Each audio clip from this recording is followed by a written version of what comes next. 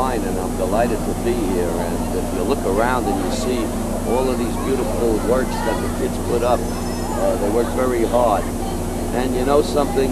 Brooklyn is the best place in the world. We have over 90 different ethnic groups living together in a rather small area, but basically getting along together, learning about each other's differences, and that's what is the strength of Brooklyn. The fact that people are different.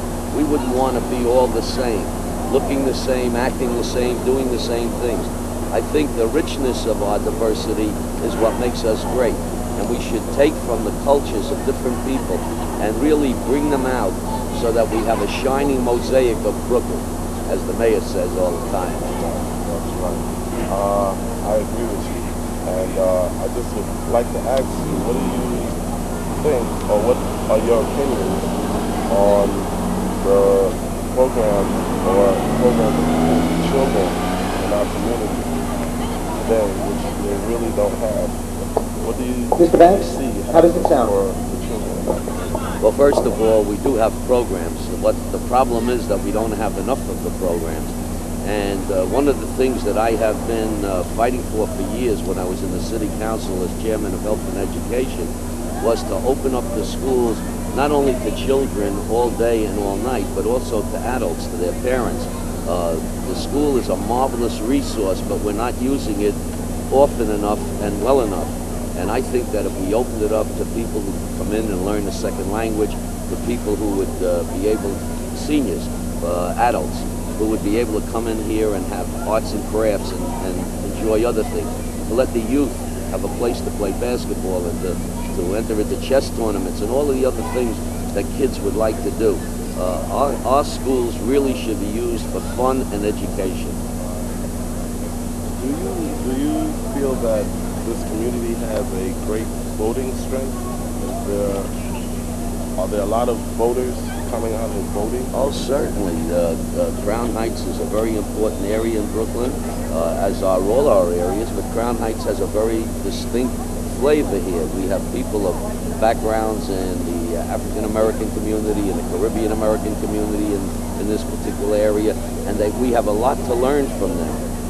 Each group comes from a different area and brings with it a different culture, a different lifestyle, and we want to enjoy these differences.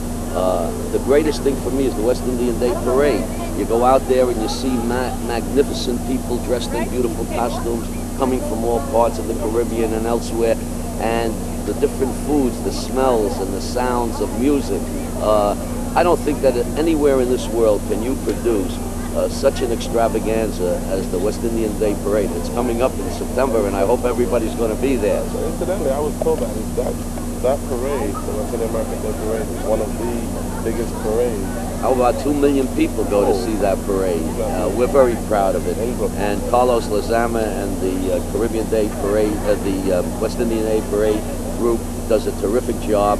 They work with my office very closely. I've been involved in it for 15 years. And I think it's really one of our real important points in Brooklyn for people to come from other areas and see what we're all about, because we have a lot to offer the people of this world. Right. Well, thank you very much. That is Borough President of Brooklyn. Howard Golden. Right. Howard Golden, and we're here at PS 167. I can always use the plug.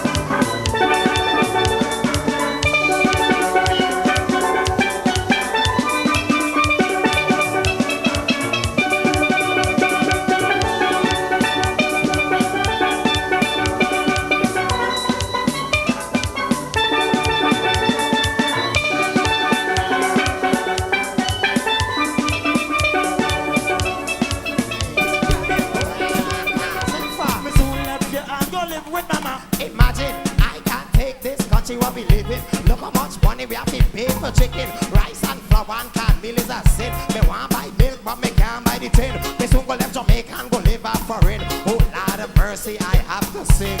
Hear me now. I used to turn cornmeal and give me that, but that was long before it raised. Oh God, but nowadays you know say things get hard.